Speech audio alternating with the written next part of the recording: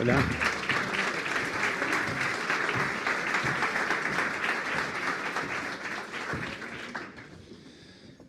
Bueno, llegamos al final de la Nueva Argentina, un final a toda orquesta. Carlos Pañi no necesita presentación, ustedes leen los editoriales en el diario, en la tele. Y bueno, seremos dos cabezas, una brillosa, otra brillante.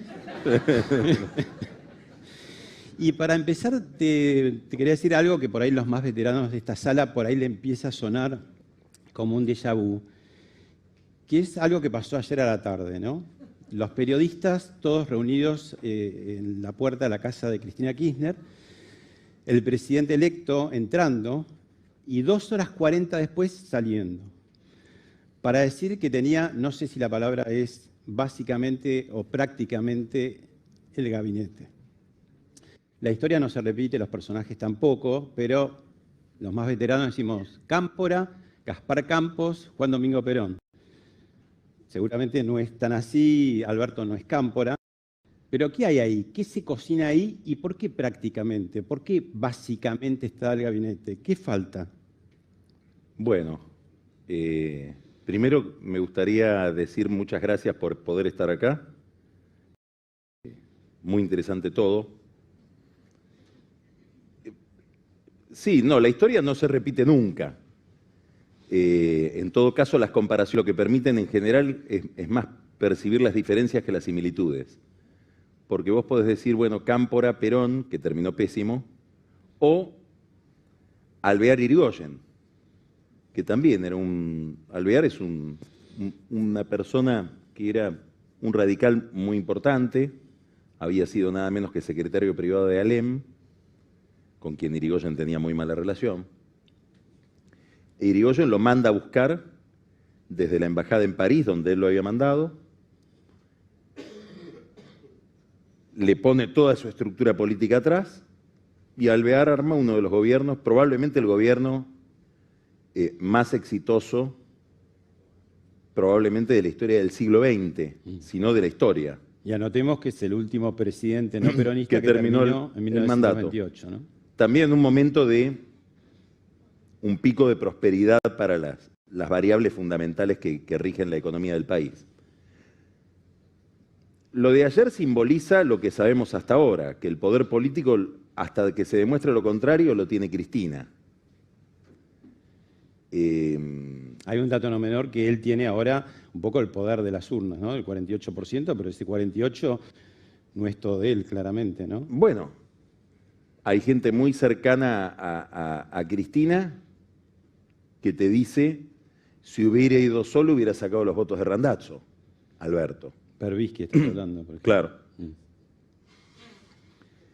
Entonces, ¿qué hay detrás de esto? Más allá de que la situación sea rara, sea riesgosa. ¿Quién arma el gobierno? Pareciera que el poder está descentrado. ¿Es a 4 manos, digamos? No, yo creo que hay la lógica, que hay varias cosas para mirar en esto que vos estás señalando, en esa escena. La primera es, yo creo que el primer dato es, Cristina Kirchner va a tener intervención relativa en el armado del gabinete, sí va a tener poder de veto. Bolillas negras. Sí. Bocio, Redrado. Probablemente, sí. Sí, gente que la ha ofendido o que ha trabajado militantemente en contra de ella, tratando de demostrar sus niveles de corrupción, etc. En Redrado le molesta más no el escándalo del Banco Central, sino que él haya declarado casi como perito en la causa de... Exacto, fue testigo en la causa del dólar futuro y parece que si miras los argumentos del procesamiento, se alimentan ese procesamiento, ese texto se alimenta sobre todo de las cosas que dijo Redrado. Entonces ahí es muy difícil que tenga retorno. Así como uno ve este nivel de subordinación, que se reflejaría en que ni siquiera tuvieron, digamos, ella no le concedió la posibilidad de decir, nos juntamos en un restaurante. En un lugar neutral, digamos. En el Instituto Patria, no, peregriná hasta mi casa. Hay cosas sorprendentes, digamos. Alberto Fernández armó un equipo, el equipo del con gente que ha tenido una relación extraordinariamente agresiva con Cristina. Es cierto, desde el punto de vista conceptual, no penal, parece que ahí hay una... Esa raya no se puede Vilma pasar. Ibarra escribió el libro, a mi juicio, más demoledor que hay sobre la personalidad de Cristina desde el punto de vista político. No sobre el tema moral, pero sí sobre el tema político. Y sin embargo está ahí, y va a estar al lado de Alberto probablemente como secretaria legal y técnica. ¿Cuál sería el límite de Cristina Kirchner? Yo creo que ahí pasa un límite, lo penal, lo penal. Creo que a su vez, tanto ella como el núcleo que la rodea no quieren intervenir no solamente por un problema de respeto a la investidura presidencial, sino más bien la impresión que tengo yo es que le dicen, a ver, vos tenés otra receta, te pusimos porque tenés otra receta, no te vamos a molestar. ¿Vos cómo llegás a Mar del Plata? Nosotros vamos por la ruta 2. ¿Vos cómo hacés, Alberto? No, yo la 3. Ah, vas por la ruta 3. Mira vos. ¿Y en cuánto tiempo llegás? No, 4 horas. En 4 horas vas a Mar del Plata, llegás a Mar del Plata por la ruta 3. Bueno, vamos a subirnos al auto, no te vamos a hacer parar en el camino, no te vamos a tocar el volante. Ahora, si a las 4 horas no estamos en Mar del Plata y estamos en Tandil, bueno, por ahí nos bajamos. Entonces, no le van a dar la excusa de que como esto fracasó porque te armamos el gabinete, te pusimos palos en la rueda. Ahora, hay lugares que son estratégicos para los intereses de Cristina, donde Cristina va a tener gente. Si Guado de Pedro es el ministro del Interior, es muy significativo. ¿Por qué? Porque desde que fue designado candidato a presidente, Fernández está tratando de diversificar su portafolio, digamos. Porque Fernández quiere hacerse fuerte, digamos, con los gobernadores. Y la llave de los gobernadores es la del ministro del Interior también. Entonces ahí va a tener un tipo escuchando la conversación, si imagináramos la vieja telefonía, ¿no? Donde el operador telefónico escuchaba entre los dos puntos, ahí va a estar Guado de Pedro escuchando a ver de qué hablan Fernández y Perotti, Fernández y Schiaretti, Fernández y Mansur. Otro lugar importante va a ser, para lo que hablamos de lo penal, pues yo creo que obviamente esto no lo va a decir nunca en público, Fernández tiene un imperativo categórico que es resolver los problemas judiciales de Cristina. Es una de sus principales misiones, sería. Yo creo que es un propósito que tiene que cumplir pronto, ni bien llega. Ya ha hecho mucho indicando que esa es su dirección, sobre todo nombrar con nombre y apellido a los jueces que le han perjudicado. Bueno, ¿quién va a ser el representante del Poder Ejecutivo en el Consejo de la Magistratura? Probablemente sea alguien ligado a Guado de Pedro, ligado a Cristina Kirchner. Ese es el señor que indica oficialmente qué es lo que quiere el Poder Ejecutivo de la Justicia. Porque no es un operador por izquierda, digamos, no es Angelici, no, es la persona que designa el presidente en el Consejo de la Magistratura para votar remociones de jueces, sanciones disciplinarias, etc. Ahora, después el poder de Cristina va a ser enorme en el Congreso. Tanto en Senado como en diputados, si es que se oficializa la jefatura de Máximo en el bloque oficialista, ¿no? Tienen que correr a Rossi. Y aunque no se oficialice, porque tal vez no quieran ponerlo a Máximo y quieran llegar a una salida acordada para eso, porque muy probablemente los que se unifiquen, que son los diputados que responden hoy a los gobernadores, digan, nosotros nos unificamos, pero queremos intervenir en una conducción que no sea tan estricta en alineamiento con la Cámpora. Pero a mí me interesa más la Comisión de Presupuestos y Hacienda de las dos cámaras. Alguien de riñón, como decimos los periodistas, del búnker de México, dicen, no se rían. Que ya no es México, es Puerto Madero. Claro, Puerto Madero ¿no? ahora. Nos mudamos. Una elegante ironía que dicen que la familia Kirchner es como nuestro clan Kennedy. ¿Tengo que contestar? ¿Tengo que acotar algo? Por favor. Hago las preguntas. ¿En qué sentido? No, bueno, en que son varios miembros de la misma familia. John sería Máximo. Para ir identificando parecidos, digo. No, en esta cosa de dirigirse a la Casa Blanca, finalmente sabemos que, pobre, uno solo y fue asesinado, pero bueno, hubo senadores, funcionarios. ¿Hay algo de eso? Por Máximo para adelante. Bueno, el propio presidente electo ha dicho que sí, que sería buenísimo que fuera presidente Máximo. Esa declaración, que yo creo que no la pensó, Pero no la pensó, no, lo digo en defensa de Máximo, no en defensa de Alberto. Es decir, yo si soy Máximo Kirchner, lo último que quiero, cualquier político, lo último que quieren es que lo postulen 4 u 8 años antes de que sucedan los hechos. Porque ya lo pusiste ahí en un lugar donde todos tus actos se interpretan en dirección con un objetivo. Y vos lo que querés en política en general es ocultar tus objetivos hasta el último momento, o hasta el momento que vos quieras revelarlos. Y después dijo algo todavía más agresivo, que sé que cayó muy mal, y digo, si vos mirás esa entrevista, medio lo llevan al tema y lo apuran con el tema. Yo creo que es una respuesta que él tendría que tener pensada desde hace mucho tiempo, cuando le preguntaran por Máximo. Y no es una buena respuesta decir, es un chico maravilloso que no juega a la PlayStation. Sí. Aún por la vía negativa, es medio absurda como respuesta. Yo creo que ahí va a haber una tensión. Probablemente todo el grupo, la Cámpora tiene objetivos que no son los de Alberto Fernández, y Alberto Fernández, desde que fue designado candidato, está tratando de diversificar su cartera de activos, digamos, ¿no? Pero el primer también, porque vos decís que Cristina quizás arme, sería muy sui generis, como un oficialismo vía La Plata, vía Kicillof, ¿no? Como que ahí quizás que Cristina lo amadrine de alguna manera o lo cobije mucho más al gobernador electo bonaerense. ¿Qué hay de eso? Porque además ahí tiene el tema de la Cámpora, ¿no? Que Kicillof tampoco es de la Cámpora. Bueno, es mucho más significativo que Kicillof no sea de la Cámpora que Fernández no sea de la Cámpora. Freud hablaba del narcisismo de las pequeñas diferencias. En las pequeñas diferencias están los grandes abismos de diferenciación. Y esta no es tan pequeña. Bueno, pero digamos, Kicillof, por edad, supuestamente por ideología, por orientación, por la relación con Cristina, está casi preformateado para ser de la Cámpora, y no es.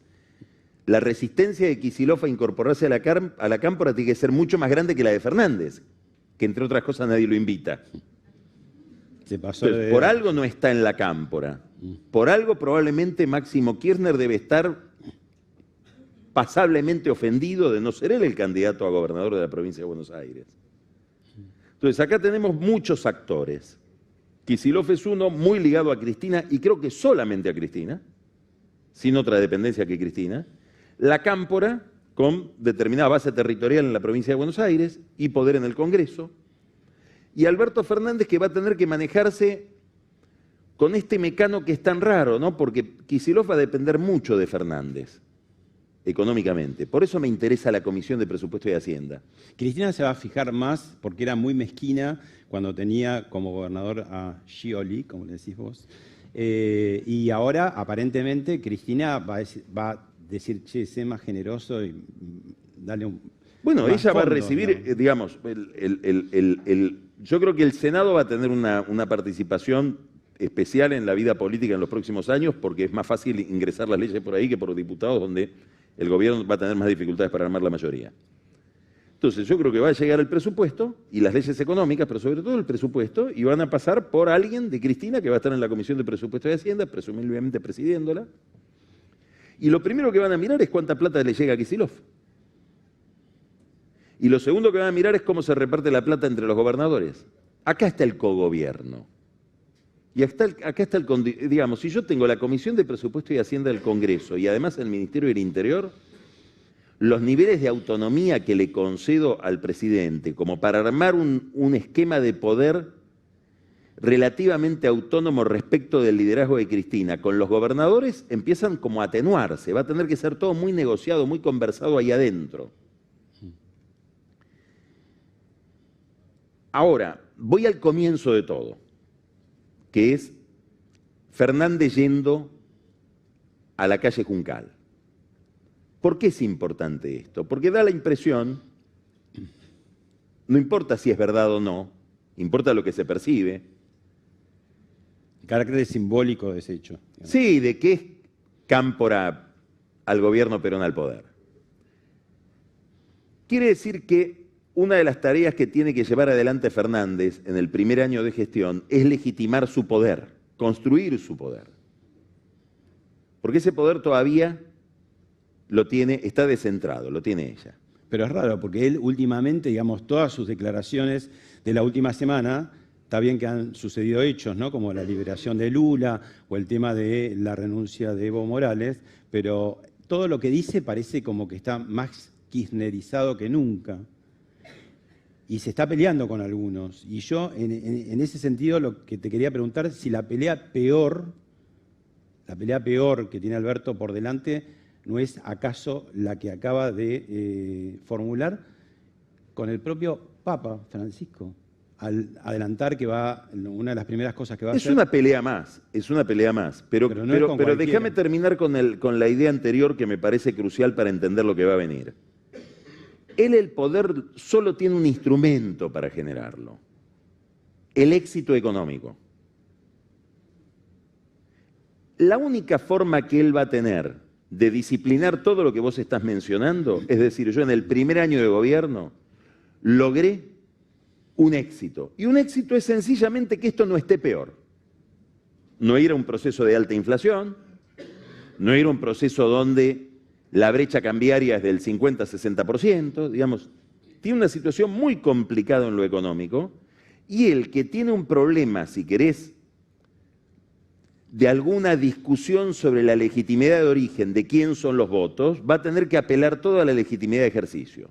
Es decir, el día que el peronismo, inclusive Cristina, vean que él constituye un éxito económico y acumula consenso en la gestión, todos estos problemas que estamos viendo se van a convertir en problemas secundarios. Pero no puede pasar, digamos, que como es bastante difícil que pueda conseguir ese éxito económico en tan poco tiempo, empiecen a sonar o a detonar bombas de estruendo. Se llame hambre, se llame aborto, y se llame algún enemigo, como fue el Grupo Clarín en algún momento, ¿no? Todo eso va a existir. Experto, digamos. Vos me decís, ¿por qué se radicalizó tanto en las últimas semanas? Bueno, posiblemente se había ido muy lejos hacia el otro lado. Es probable que toda esa radicalización haya sido el envoltorio del gabinete que le llevó ayer a Cristina. Se radicaliza en un campo que a ella le interesa mucho, que es la política internacional. Ella está para gobernar el mundo. Los temas menores los dejó en inflación, dólar, recesión, en manos de Fernández. Puede ser también que él esté pensando, como debe estar pensando, voy a tener que hacer un ajuste muy fuerte, voy a tener que recortar la actualización de las jubilaciones, digamos, esa fórmula tan maldita por la cual se produjo un hecatombe en diciembre del 17, ahora va a resultar demasiado generosa, hay que recortar. Bueno, voy a tener que determinar una caída del salario real en un acuerdo de precios y salario. ¿No? Estela Carlotto ya lo dijo, que el pueblo va a tener que poner el hombro. Va a tener que poner el hombro. Entonces te pago con capital simbólico, que es la política exterior. Probablemente acá hay un error. Porque para un gobierno que tiene que ir a renegociar un acuerdo con el fondo y que el frente externo es tan importante, probablemente la política exterior sea lo más importante, lo único con lo que no se puede jugar. Pero acá da la impresión de que, acá hay un tema importante, Pablo, ¿cuál es el diagnóstico económico con el que él llega? Él sí va a hacer el balance que no hizo Macri, digamos. Lo está haciendo. Sí, él va a decir que recibió, por eso yo creo que esa es la razón principal por la que no se juntan. Por la que él no ha mandado a nadie, a ningún ministerio, nada, pero no queremos ni contaminarnos con los números de ustedes porque vamos a dar otros números. Vamos a decir que el déficit es de 1,5 para después llevarlo a 1, con lo cual sería llevarlo de 0,5 a 1. No sé si me explico, es una trampa que hacen todos los gobiernos. Pero voy a otra cosa. Él dijo en página 12 este fin de semana algo muy importante. Dijo, Macri me metió en el túnel del tiempo y tengo la sensación de un déjà vu, de que estoy en el 2003 de nuevo, como cuando llegamos con Néstor. Bueno, eso sí es un error de concepto importante. Digamos, porque en el 2003 ellos recibieron una economía ya ajustada. De Duhalde de Labaña. Y Remes, perdón. Y Remes antes, sí, ¿no? Sí. Remes hizo la devaluación del 300%, digamos, el ajuste en serio lo hizo Remes, que es el Herman González de Cavallo. Entonces... Y la soja, ¿no? Y la soja empezaba su recorrido hacia arriba. Bueno, hoy él recibe un dólar que no sabemos si es tan competitivo, una economía con altísima inflación. El dólar de 2013 era más o menos a lo de hoy unos 80. Probablemente, probablemente, sí, probablemente. Un tipo de cambio competitivo, un superávit fiscal muy sólido, un superávit de comercio muy sólido. Bueno, todo eso hoy está por verse, todo eso está en discusión. Y el default ya hecho. Y el default ya hecho por Rodríguez A. Ibas a renegociar sobre la base de que el costo ya lo habías pagado. Bueno, hoy la escena es totalmente distinta, totalmente distinta.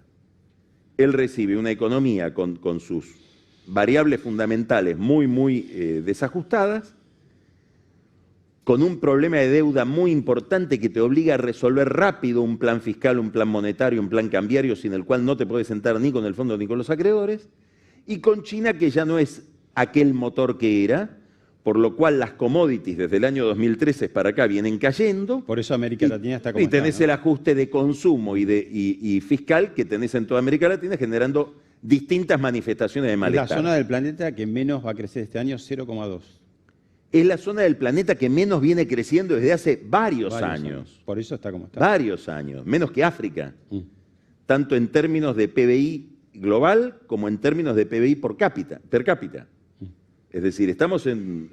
Si un día mirás los números de América Latina comparado con otras regiones, es la peor zona del mundo hoy. Bueno, este es el contexto en el que él le va a tocar operar. Entonces me parece que la idea de que llegamos y empezamos a crecer por la vía del consumo puede ser peligrosísima. Acá es donde a mí me interesa conectar esto con la visita a Cristina. ¿Por qué? Porque a Menem le pasó algo parecido, de entrar con un diagnóstico que no era el más acertado. Menem asumió el poder el 8 de julio de 1989. La convertibilidad es del 1 de abril de 1991. Son 21 meses. Entre medio, dos hiperinflaciones, ¿no? Una hiperinflación y el plan Bonex. Es decir, incautaron los depósitos de la gente. Yo no digo que va a pasar esto. Estoy poniendo el caso. No sabemos cómo es el futuro. Nos agarramos de cosas que más o menos conocemos. De un presidente que entró con un diagnóstico equivocado. En un contexto de alta inflación, pensando que iba a reanimar por la vía del consumo. Menem, con Bujibor. Ahora, Menem tenía una ventaja extraordinaria respecto de Fernández. Ventaja que, creo, pocos perciben en Menem y que para mí es la clave de Menem, del menemismo. Menem pudo hacer las reformas que hizo, aguantar esos 21 meses de crisis y sacar una reelección consensuada con toda la clase política porque le había ganado la interna a Cafiero. Es decir, Menem es el único peronista. La única elección interna que hizo el peronismo. Desde el 45 hasta hoy. Entonces, el nivel de poder político que tenía era muy contundente. Chacho Álvarez se separa en disidencia por el programa de Menem, esperando que Cafiero se separe también y lo enfrenten, y Cafiero lo deja solo, se queda con el grupo de los 8, no de los 45. ¿Qué quiero decir? Que acá tenemos que mirar la combinación entre dos cuestiones. Uno, ¿cuál es el programa económico y qué éxito tiene con la debilidad política que lo obliga a ir a la casa de Cristina? La última, muy corta, porque se nos va el tiempo.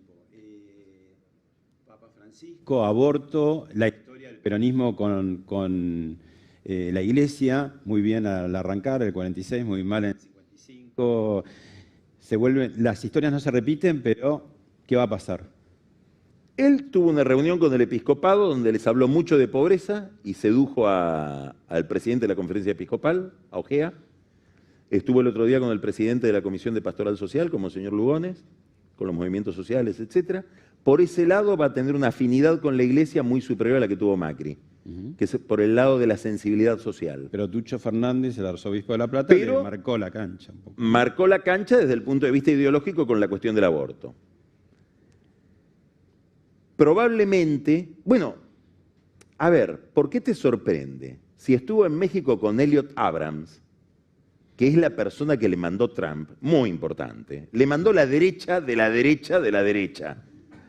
El que está pensando el golpe en Venezuela, la intervención militar, con ese lo va a tratar Trump a Fernández. Es decir, con el cerebro del golpe contra Maduro. Fernández se encontró con él, no tuvo ningún problema, le dijo: yo con Maduro ni me conozco, nunca me vi una sola vez cuando era canciller de Chávez. Textual. Y al mismo tiempo que intenta arreglar con Trump a través de Abrams, porque quiere el acuerdo con el fondo, le dice a Trump: usted está volviendo a lo peor de la relación de Estados Unidos con América Latina cuando promovían golpes. Como si le pudiera decir una cosa y otra y me van a entender igual. No sé si te van a entender. Miren lo que hago, no lo que digo, ¿no? Un poco lo que decía Néstor. O miren lo que digo y miren lo que digo, porque hasta ahora solo dice. Claro, bueno, todavía no asumió. Lo mismo lo traslado a la Iglesia. Probablemente él haya acelerado lo del aborto por la misma razón, porque necesita mucho capital cultural, simbólico, política exterior, hambre, aborto para la izquierda, si va a hacer un ajuste con Nielsen y el secretario de Hacienda viene del estudio Broda, ¿no? Se llama, el que le han ofrecido a la Secretaría de Hacienda se llama Hernán Hirsch, es un economista del estudio Broda, que es el estudio tal vez más ortodoxo de la City. Bueno, ahora, probablemente lo has acelerado cuando se enteró de que el Papa el año que viene no viene. ¿Por qué? Porque él tenía la idea, y se lo comentó a los obispos, de que la venida del Papa en el año 2020 fuera la coronación de un gran acuerdo económico-social y el fin de la fractura política aquí en la Argentina. Bueno, eso, por lo menos el Papa no va a colaborar con esa misión y a lo mejor por eso también se largó esta navegación en materia de aborto, que no sé cómo le va a ir tampoco, ¿no? Porque hay estudios sobre cómo están los votos, sobre todo en el Senado, y aparentemente no está tan fácil como para que pase una ley de despenalización del aborto. Mirá ese cartel, ya ese estamos. tiempo. Le damos un aplauso. Gracias. Carlos Pañi. Muchas gracias. Vamos. Bueno, y muchas gracias a ustedes por habernos acompañado en esta cuarta edición de La Nueva Argentina. Pueden ver los videos en la página de lanación.com, en YouTube. El fin de semana va a haber un programa especial con toda la jornada en La Nación Más. Muchas gracias. Buenas tardes. Gracias. Bueno.